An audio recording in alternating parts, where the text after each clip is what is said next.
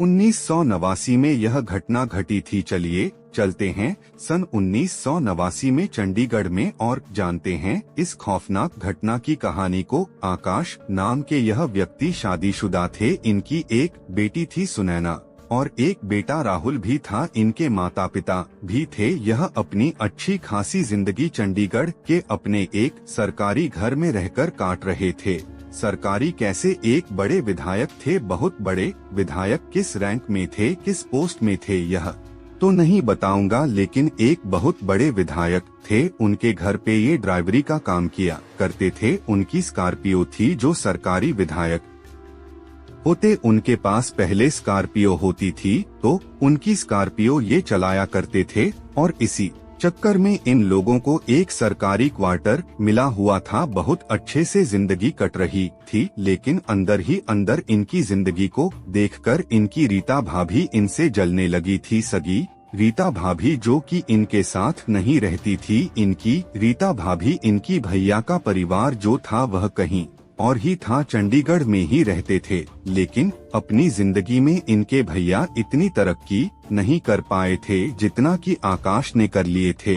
उनकी रीता भाभी हमेशा अपने पति को टोंट मारती रहती कि देखो तुम्हारा छोटा भाई जिंदगी में कितना आगे बढ़ लिया है, यह कर लिया है, वो कर लिया है, इतने बड़े बड़े सेठ लोगों की, इतने बड़े बड़े अफसर लोगों की कार चलाता है और तुम क्या किए हो जिंदगी में, ढंग का एक ठेला तक खोल नहीं पाए। खैर ऐसी जिंदगी चली जा रही थी। ज्यादा आकाश की रीता भाभी उनसे बात नहीं करती थी और ना ही इसकी भैया को आकाश से ज्यादा मिलने जुलने देती थी। एक दिन की बात है, जलन के चक्कर में आकाश की रीता भाभी ने डिसाइड किया कि मैं आकाश के ऊपर काला जादू करवा दूंगी। और कोई आम काला जादू नहीं, यह कोई रेगुलर घटना जैसी कोई घटना नहीं है। एक ऐसा काला जादू कराऊंगा चाहिए, यानी कि आसान भाषा में कहा जाए तो उनके ऊपर मारण क्रिया कर देती हूँ। अच्छा है, मर मुरा जाए तो जिंदगी टेंशन फ्री हो। यार उसको खुश देख के, उसके परिवार को खुश देख के मुझे बहुत गुस्सा आता है। उसकी चाची इसी चक्कर में गई किसी तांत्रिक बाबा के पास और आकाश के ऊपर मारण क्रिया करवा दी। तांत्रिक बाबा ने बोला कि इतना आसान नहीं है, अगर अचूक बाण चाहिए तो एक तरीका है। फिर आई शाम की बात। शाम को सीन ऐसा होता था कि 8 बजे के आसपास वह उस स्कॉर्पियो गाड़ी को अपने घर लेकर जाते थे और अपने ही घर पर पार्क किया करते थे, क्योंकि साहब का यह कहना था कि मुझे कोई झंझट नहीं चाहिए। अगर मुझे कोई अर्जेंट काम होगा तो मैं फटाक से तेरे घर के लैंडलाइन में फोन करूंगा अपने घर से। कार उठाकर फटाफट यहाँ पहुँचना। कार मेरे ही घर पर खड़ी रहेगी तो फिर तू कुछ साधन पकड़ेगा यहाँ तक आने का। उसमें कितना टाइम लग जाएगा, कुछ अर्जेंसी होगी तो फटाक से अपनी गाड़ी में बैठना, लेके आ जाना। स्कॉर्पियो तो अपने घर पे ही रखा कर। तो ये अपने घर पे ही रखा करते थे और यह उन बड़े विधायक के घर से ज्यादा दूर भी नहीं रहते थे। उन्हीं के आसपास वाले कोई इलाके में रहते थे, लेकिन हाँ इनको भी गवर्नमेंट क्वार्टर जैसा ही मिला हुआ था। और यही था जलने का सबसे बड़ा कारण कि इनकी जिंदगी इतनी बढ़िया चल रही है, घर भी मिला हुआ है, अच्छी पगार मिल रही है, पूरा परिवार उनके साथ है। खैर पान वान तो खा लिए थे, शाम का वक्त हो गया था। विधायक को उनके घर पर छोड़कर यह अपनी गाड़ी लेकर, मतलब वही स्कॉर्पियो गाड़ी लेकर अपने घर की तरफ निकल रहे थे। अंधेरा हो चुका था। पहले के टाइम में स्ट्रीट लाइट वगैरह इतनी नहीं होती थी ना। आपको बहुत अच्छे से मालूम होगा, शहर में तो रहेगी, लेकिन थोड़े आउटर इलाके में चले जाओ तो थोड़ी स्ट्रीट लाइट्स वगैरह कम होती थी। और रास्ते भी आज के जमाने जितने डेवलप्ड नहीं थे, थोड़े उबर खाबर टूटे टाटेल ही थे। तो बस भाई वह लौट रहे थे और एक अंधेरा इलाका आया। इस इलाके के जस्ट बाद इनके घर का इलाका लगने ही वाला था, लेकिन उस अंधेरे इलाके के पास एक बेरी का पेड़ पड़ता था। वो बेरी के पेड़ के आसपास कोई भी लाइट नहीं थी, सिर्फ इनकी स्कॉर्पियो की ही लाइट आज जलते हुए आगे बढ़ रही थी। लेकिन पता नहीं क्यों आज शाम से ही यह स्कॉर्पियो की जो हेडलाइट थी ना, यह बहुत ज्यादा डिम समझ में आ रही थी। यह चले जा रहे थे उस बेरी के पेड़ की तरफ। अचानक से इनकी नजर पड़ती है कि एक आदमी खड़ा हुआ है। लंबा जोड़ा गोरा चिट्टा ब्लैक कलर का सूट पहना हुआ है। देखने से ही कोई बहुत रईस आदमी लग रहा है और दूर से देख के तो ऐसा लगा कि कोई अंग्रेज विधायक है। इन्होंने सोचे कि यार कोई अंग्रेज विधायक है, बड़ा आदमी है और यह मेरी ही गाड़ी की तरफ देख रहा है। उसके तरफ ऐसा नजर करते हुए अपनी गाड़ी चलाए जा रहे हैं कि अचानक से वो ब्लैक कोट वाला अफसर गाड़ी को हाथ दिखाता है। इनकी वो हेडलाइट से नजर पड़ती है कि उस आदमी के हाथ में भी ना कालिक लगी हुई है। इन्होंने सोचा अरे मुझे बुला रहा है, कहीं स्कॉर्पियो गाड़ी को जानता तो नहीं है कि हमारे विधायक को तो नहीं जानता है। मैं देखता हूँ उसके पास गाड़ी घुमा लेता हूँ। इन्होंने उस बेरी के पेड़ के नीचे की तरफ अपनी गाड़ी घुमा लिए, जहाँ पर वह अंग्रेज दिखने वाला विधायक खड़ा हुआ था। वह विधायक इनकी सीट की तरफ झुकता है और कहता है कि भाई यह एड्रेस कहाँ है, आप बता सकते हैं? आवाज से तो समझ में आ गया, लैंग्वेज से तो समझ में आ गया कि यह आदमी अंग्रेज नहीं है, इंडियन है, लेकिन कोई तो भी बड़ा आदमी है। इन्होंने एड्रेस देखे और बोले अरे यह तो मेरे ही घर के पास का एड्रेस है और यह भी एक गवर्नमेंट क्वार्टर है। मतलब यह पक्का कोई बड़ा आदमी है, कोई सरकारी आदमी है और मुझे इसको छोड़ना चाहिए। ऐसा सोच के इन्होंने कह दिया कि हाँ मैं इस पते को जानता हूँ, अगर आप चाहे तो मैं आपको आपके पते तक छोड़ भी सकता हूँ। इन्होंने बोले कि नेकी और पूछ मैं बैठ जाता हूँ। इन्होंने बोले कि आप पीछे बैठ जाइए। पीछे का दरवाजा खोलकर वो पीछे की तरफ बैठ गया और अपनी गाड़ी चला रहे हैं। वह ब्लैक कोट वाला अंग्रेज दिखने वाला विधायक भी आराम से ठाट बाट के साथ पीछे बैठा हुआ है। अब देखो भाई, इनको ना अपनी लिमिट पता थी। इनको पता था कि बड़े विधायक लोगों से कितनी बात करनी चाहिए, कितनी नहीं। इसलिए इन्होंने पूरे रास्ते भर उस अंग्रेज दिखने वाले विधायक से बात नहीं किए थे और बस कुछ ही मिनटों में इनका घर आ गया। इन्होंने गाड़ी रोके और कहे कि आप 1 मिनट उतरेंगे। वह अंग्रेज दिखने वाला विधायक भी उतरा और इन्होंने बोले कि मैं 1 मिनट गाड़ी अपने घर पर लगा देता हूँ और जो आपका पता है ना, वह बस ऐसे 4 कदम आगे है, आपके साथ ही उधर तरफ बढ़ जाऊंगा, आपको दिखा दूंगा, आप समझ जाएंगे। उसने बोला कि ठीक है, मैं यहीं पर खड़े खड़े इंतजार करता हूँ, तुम अंदर से गाड़ी रखकर आओ। वो आदमी उतर गया था। यह गाड़ी अंदर लेकर गए, अपनी गाड़ी लगाए हैं और फटाक से बाहर गेट की तरफ आए। गेट की तरफ आए तो क्या पाते हैं कि वो अंग्रेज दिखने वाला विधायक तो खड़ा ही नहीं है। अरे कहाँ चले गया? दूर दूर तक सीधा सीधा लंबा लंबा रास्ता, लेकिन पूरा सन्नाटा, कोई भी दिखाई नहीं दे रहा है। भाई जैसा कि मैंने आपको बताया था, स्ट्रीट लाइट्स थोड़ी कम होती थी, लेकिन इतनी भी कम नहीं थी कि विजन थोड़ा आगे तक का दिखाई ना दे। उन्होंने देखने की कोशिश भी की और आवाज भी लगाए, अरे साहब कहाँ है आप दिखाई क्यों नहीं दे रहे हैं? लेकिन कोई भी रिस्पांस नहीं आया। फिर आकाश जी ने सोचे कि हो सकता है कि चले गया होगा, जाने दो, मैं भी अंदर जाता हूँ। यह जैसे ही अपने घर के अंदर कदम रखे हैं, इनके पेट में गुड़ गुड़ गुड़ होने लगी। मतलब ऐसा कि कुछ तो भी प्रॉब्लम है पेट में। अब इनकी वाइफ आई, बोली कि खाना खा लो। बोली कि आज मेरा मन नहीं है, थोड़ा सा दे दो, बिल्कुल आधी रोटी जैसा कुछ दे दो, क्योंकि भूखे पेट सोना गड़बड़ हो जाएगी। आधी रोटी भी खा के नहीं हुई, जाकर सो गए और जब उठे हैं तो उनके व्यवहार में बहुत ज्यादा चेंज आ गए। सुबह उठते से ही चिड़चिड़ी, अपनी माँ से कभी ऊंची आवाज में बात नहीं करते थे, आज उठते से ही चिल्लाकर बोलते हैं कि मैं उठता हूँ तो मुझे मेरे पलंग में पानी चाहिए, क्यों नहीं है? अपनी माँ को ऐसा गुस्से में बोले थे, जिंदगी में कभी ऐसी बात नहीं किए थे। जो टीनेजरपना होता है ना, उसमें जब लड़के ऐसी बात कर सकते, हमने बाबा आपसे तब भी नहीं किए थे। चिल्ला के बोले तो माँ भी थोड़ी सी घबरा गई। फिर पत्नी आ गई, बोली कि आप माँ जी से ऐसे क्यों बात कर रहे हैं। फिर इनको भी चिल्ला दिए। फिर बाऊज आए, बाऊज को भी चिल्ला दिए। सब डर रहे हैं इनसे। फिर ये अपनी काम करने के लिए निकले अपनी गाड़ी लेके। तो जो उनका जो विधायक था मेन, जिसकी ये गाड़ी थी, स्कॉर्पियो गाड़ी जो ये अपने घर पर रखते थे, जिसकी गाड़ी को उस विधायक के भी ऊपर 1-2 बार भड़क गए, उसको भी चिल्ला दिए। वो विधायक भी टेंशन में आ गया और फोन लैंडलाइन में फोन लाके, इनके घर पर लैंडलाइन भी था वो विधायक का ही दिया हुआ, तो लैंडलाइन में फोन लगा के इनकी माँ को भी बोला है कि इनकी तबीयत खराब है क्या। इस तरीके से बात किए तो उनकी माँ को और चिंता हो गया कि आकाश ऐसा कर रहा है तो कर क्यों रहा है।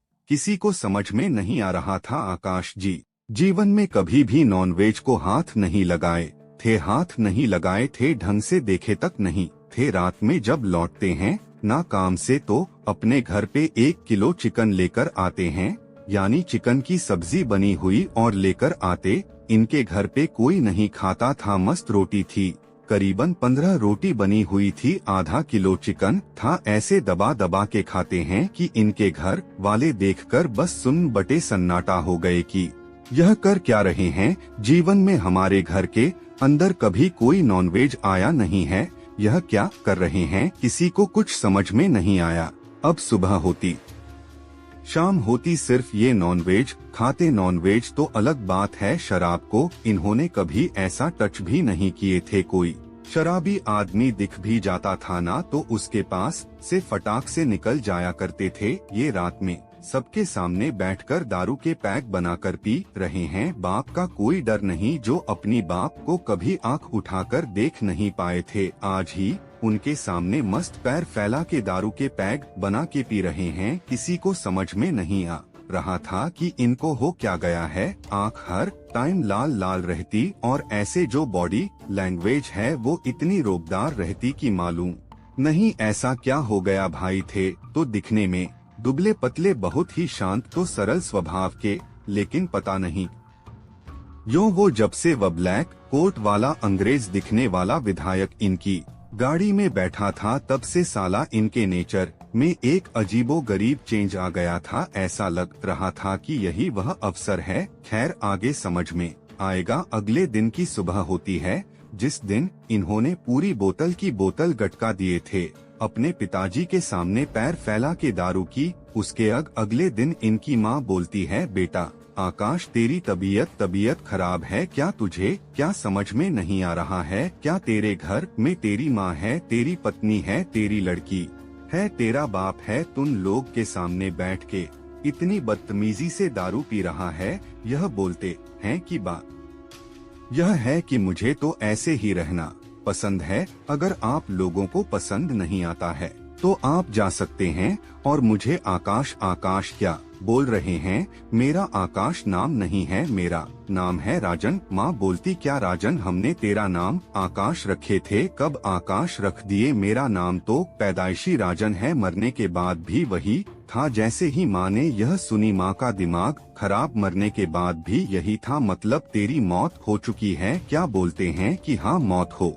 चुकी थी, लेकिन देखो अब वापस से जिंदा हो गया हूँ और जो जीते जीते नहीं किया था वो अभी कर रहा हूँ। ये बोलती है कि मेरे लड़के को कुछ तो हो गया है। ये अपने पति के पास जाती है, यानी आकाश के पिताजी के पास, और सारी बातें बताती है। आकाश के पिताजी बोलते हैं कि हमें एक तांत्रिक बाबा को बुलाकर लेकर आना पड़ेगा, वही इसका जुगाड़ कर सकते हैं। सो क्या हुआ है क्या नहीं वही समझ सकते हैं। तुरंत ही इनके घर के थोड़ी आगे की तरफ ही 2 किलोमीटर की दूरी पर ही एक तांत्रिक बाबा रहा करते थे। ये तांत्रिक बाबा को बहुत सालों से जानते थे आकाश के पिताजी। वो आए हैं घर पे भाई, लेकिन पता नहीं कैसे, मतलब उनके आने से थोड़ी देर पहले से ही आकाश जी को पता चल गया था कि मेरे घर पर कोई तो ऐसा आ रहा है जिसको नहीं आना चाहिए। भाई घर में सबको मार रहे हैं, लिटरली हाथ उठा रहे अपनी माँ के ऊपर, हाथ उठाए अपनी पत्नी के ऊपर, अपने दोनों बच्चों को मारे हैं, चीजें बिच तोड़ डाले, हालत खराब कर दिए सबकी। मोहल्ले पड़ोस के आ गए थे। 8 लोग इतनी मोटी मोटी रस्सियों से इनको बांधे फिर भी नहीं बांध पा रहे। पता नहीं कहाँ की ऐसी ताकत आ गई थी। तांत्रिक बाबा घर पर आए और घर की हालात देख के वो तुरंत समझ गए किसके ऊपर कोई खतरनाक प्रेत आत्मा का साया है। तांत्रिक बाबा बैठे और अपनी पूरी विधि पूजा जो भी होती उनकी भाई शुरू किए। वो जो भी करना था वो किए और फिर सवाल करते हैं कि तू कौन है, यहाँ पर क्यों आया है, इस लड़के के शरीर में क्या कर रहा है। उन्होंने ना अपने नाखून से ऐसा काटते हुए नाखून को, मतलब लिटरली नाखून को उखाड़ हुए जमीन में ऐसा क्रॉस बना है, उनके खून से ऐसा क्रॉस बना है। बोले कि मेरा नाम राजन है और तू कितनी भी कोशिश कर ले मैं इसके शरीर से तो निकलूंगा नहीं। आकाश जी की रीता भाभी का नाम बोलते हैं, उसने इसको पान खिलाई थी। वो पान खिलाने की वजह से मैं इसको एक बेरी के पेड़ के नीचे दिखाई दिया था। इसके बाद मैंने इसको रोकने की कोशिश किया, यह मेरे इशारे पर रुक भी गया। बोला कि मेरे साथ मेरे घर तक चलो फिर मैं आपको छोड़ दूंगा।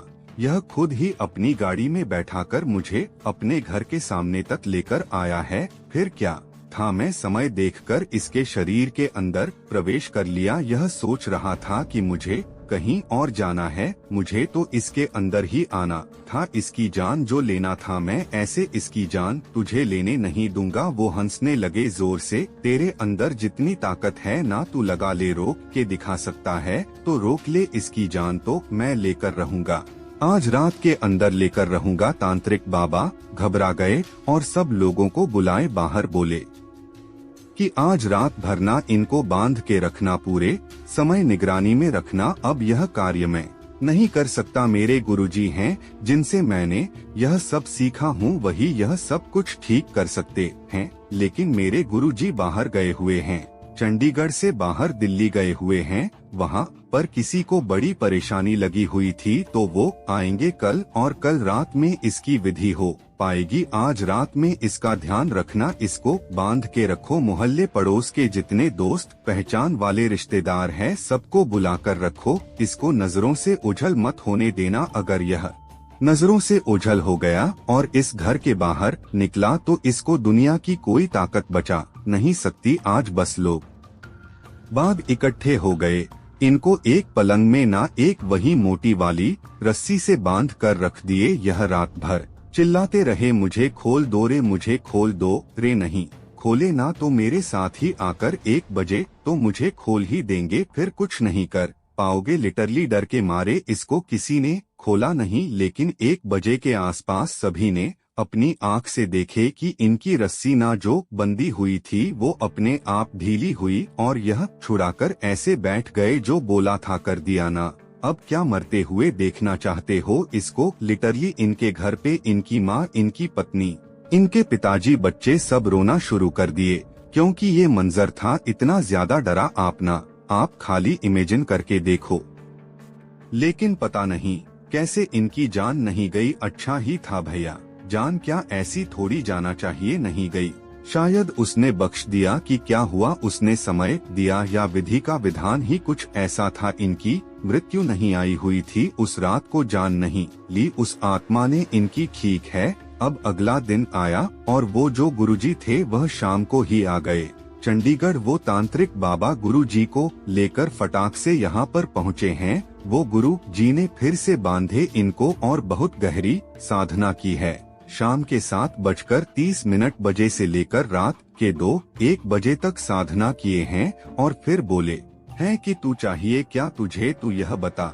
इन्होंने बोले इसकी जान, ऐसा बोल के सामने ना फर्श में इतनी जोर जोर से सिर पीटना शुरू कि इतनी जोर जोर से किसी से कंट्रोल नहीं हो पा रहे। तांत्रिक बाबा ने बोले कि आखिरी बार बता दे इसकी जान के बदले तुझे क्या चाहिए, हम तुझे देंगे, वादा करता हूँ, जुबान देता हूँ, वरना मेरी जान ले लेना। वह रुके और बोलते हैं कि ठीक है, इसको बचाना चाहते हो तो बचा लो। एक काम करो, जिस बेरी के पेड़ के नीचे मैं इसको दिखाई दिया था, जहाँ से इसने मुझे अपनी गाड़ी में बैठाया था, उस बेरी के पेड़ के नीचे गड्ढा खोदो, वहाँ पर मटन, दारू और मुर्गे का चिकन यह सब दफना दो। पलट कर मत देखना उसे मैं खाऊंगा और चला जाऊंगा, पलट कर देखे तो फिर मैं किसी को नहीं छोड़ूंगा, पूरे खानदान को खत्म करके रख दूंगा, बस ऐसा बोल के ना यह सो गए हैं। लिटरली सो गए हैं। वहाँ पे जो गुरुजी थे, तांत्रिक बाबा के गुरुजी, उन्होंने इनके पिताजी को देखते हुए बोले कि अभी के अभी यह कार्य करो, जाओ अब भी तुरंत, कैसी भी हालत में दारू का इंतजाम करो, कैसी भी हालत में मटन चिकन का, और उस बेरी के पेड़ के नीचे जाओ, पहले तो पता नहीं कौन सी मुसीबत की जड़ हो गई है, और उनकी शक्ल मत देखना, जिंदगी के बाद कभी भी अपनी बड़ी बहू की, इनकी जो रीता भाभी है, उनकी शक्ल भी मत देखना। इसकी जान बचाना चाहते हो तो बस इनके पिताजी ने 1 घंटे के अंदर सारी चीजों का इंतजाम किए हैं और वो बेरी के पेड़ के नीचे गाड़े हैं, फिर लौट कर आए हैं, और फिर अगले दिन से इनकी हालत में सुधार आना शुरू हुआ है। यह ठीक हो गए। अब उनका अपनी बड़ी बहू से कोई रिश्ता नहीं रहा। आकाश जी, सभी लोगों ने उन लोगों से बात करना पूरी तरीके से बंद कर दिए, क्योंकि बहुत क्लियर नाम के साथ पता चल गया था कि उन्होंने इनके ऊपर मारण क्रिया की थी। वह तो भला हो, वह दोनों बाबा लोगों का जो सही समय पर आ गए और इनकी सही समाधान के साथ जान बचा लिए, नहीं तो ऐसी बहुत सारी सिचुएशन में फेक लोग भी मिल जाते हैं जो केवल पैसे लूटने के लिए आते हैं और सब कुछ बर्बाद करके रख देते हैं। कुछ ठीक नहीं होता और पैसे भी चले जाते, लेकिन यहाँ पर सही लोग मिले और सही समाधान मिल गया और इनकी जिंदगी ठीक हो गई। दोस्तों, मैं उम्मीद करता हूँ कि आपको ये जरूर पसंद आई होगी। मिलते हैं नई हॉरर कहानियों के साथ। धन्यवाद।